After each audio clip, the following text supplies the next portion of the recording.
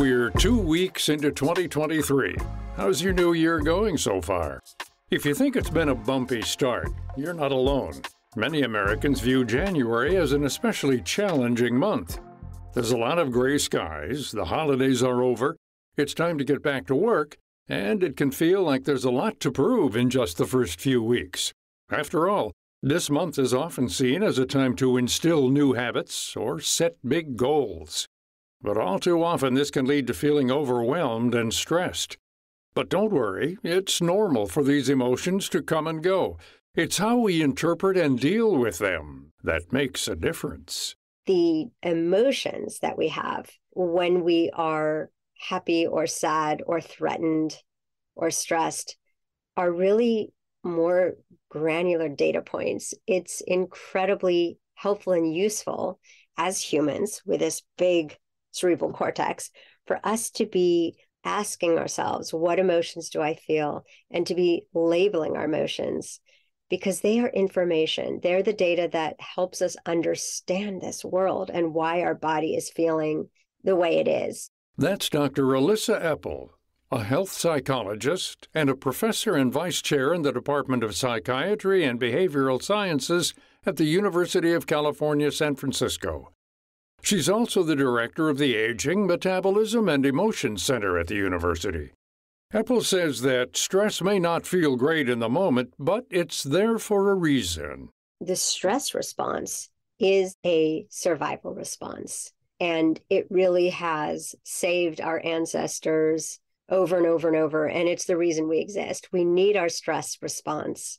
We are sending potent signals to every cell of our body that we may be under threat, and it's time to be vigilant and get our defenses up, to mobilize glucose, to stop any kind of repair and housekeeping in our cells, and have all our efforts on saving our hide.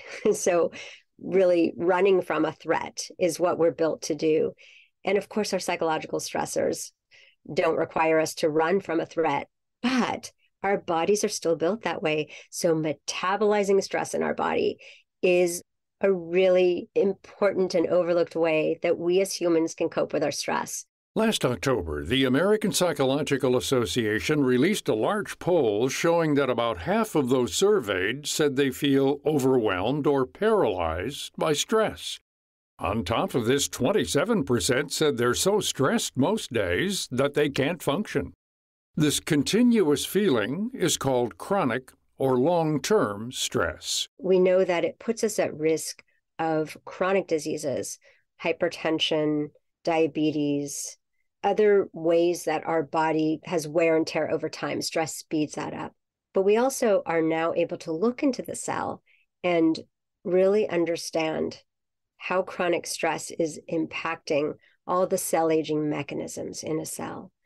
And it does wear them out. It is creating too much load that creates oxidative stress, inflammation. So this is I'll say a cutting edge area of research that we're still trying to understand, and researchers are getting better at measuring what's happening in the cell.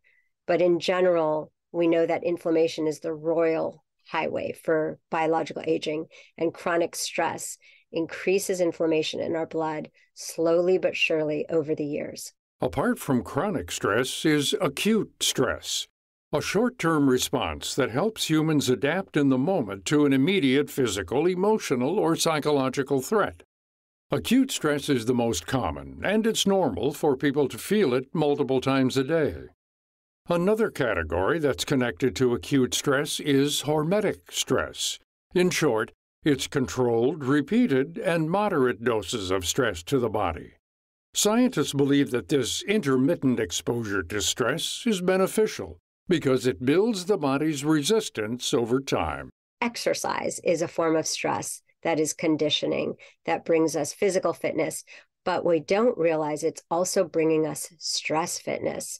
So endurance exercise is important for cardiovascular health, for example, but we actually are learning that short bursts of aerobic exercise that's not necessarily going to create the same type of endurance fitness is still improving our metabolism, reducing insulin, reducing anxiety, feelings of stress.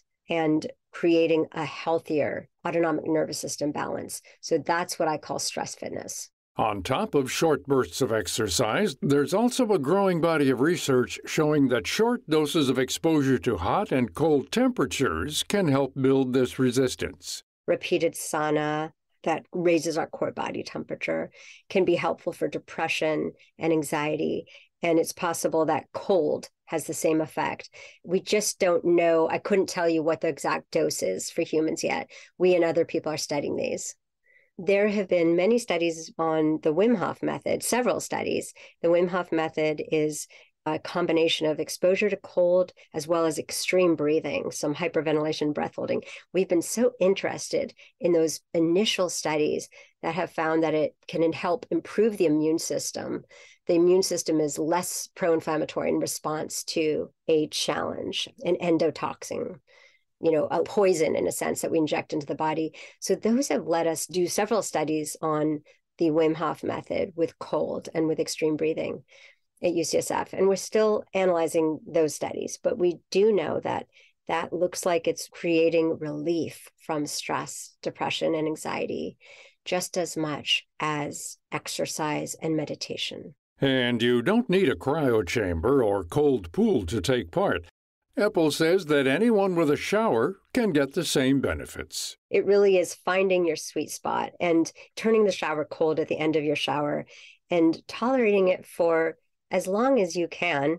And for me, that's very short. It's under a minute for sure. In our study, we asked people to try to get up to 3 minutes of cold water exposure. But even those short bouts, they turn on the stress response. Then you get out and they turn on the recovery response. You heat up from the inside. You might feel more placid and calm. You've turned on the stress response, and then you've turned on with a vengeance the recovery response. This short-lived hermetic stress is uncomfortable to experience in the moment, but has lasting benefits to the body's stress response system. As for how to better manage acute stress, Epel says that a quick burst of exercise can help turn things around. It doesn't have to be long and can be as simple as spending a few minutes doing jumping jacks or push-ups. It might really feel like they are jittery in their body. They have so much extra energy. And that's how it was for me. Yesterday was our first day back to work. I had created a stressful situation by having a ridiculous schedule of back-to-back things. And that's one thing all of you can ask yourself is, are there ways to create a schedule that's more spacious? Because we simply can't take breaks and feel ease during the day if we've created that type of schedule. So I woke up with all of this extra stress that I could actually feel in my body. And so for me, it was doing that intense, short workout. No more than 8 minutes. And it felt incredible. On top of this, slow breathing is another useful tool. The slow breathing is probably the quickest, most direct route to reducing our autonomic nervous system vigilance and arousal. So by breathing in slower and gently, not hard and deep, we can shift by reducing our sympathetic nervous system, increasing our parasympathetic nervous system or our vagal tone. So one way to think about this that's been well studied is aiming for 6 breaths per minute. So that might be 5 seconds inhalation, 5 seconds exhalation, and doing that for a few minutes. And that can change everything. When we feel our respiration slowing down, we're not only changing our nervous system, but we're also sending signals to our mind. Right now, we are safe. It's okay to relax. Epel notes that there's no one-size-fits-all approach to improving stress, but there are several tactics, both old and new, that can help people improve their relationship with this bodily response.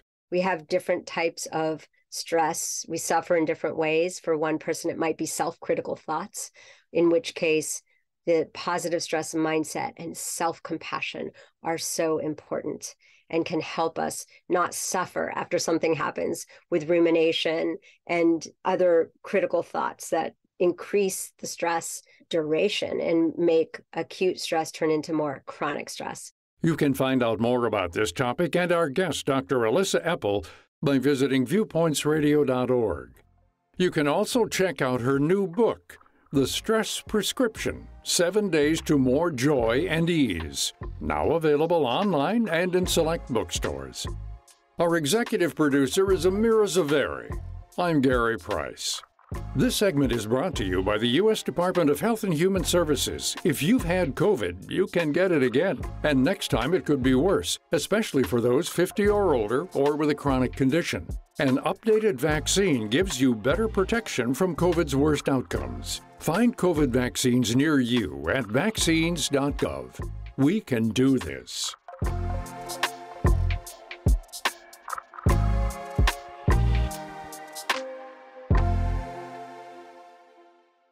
Coming up on Viewpoints.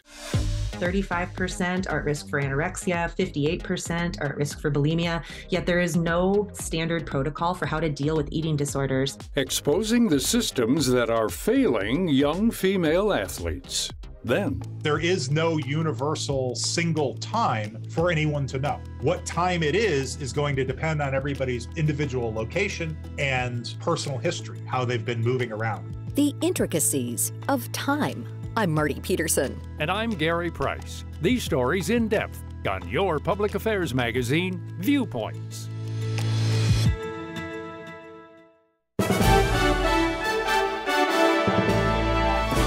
And that's Viewpoints for this week.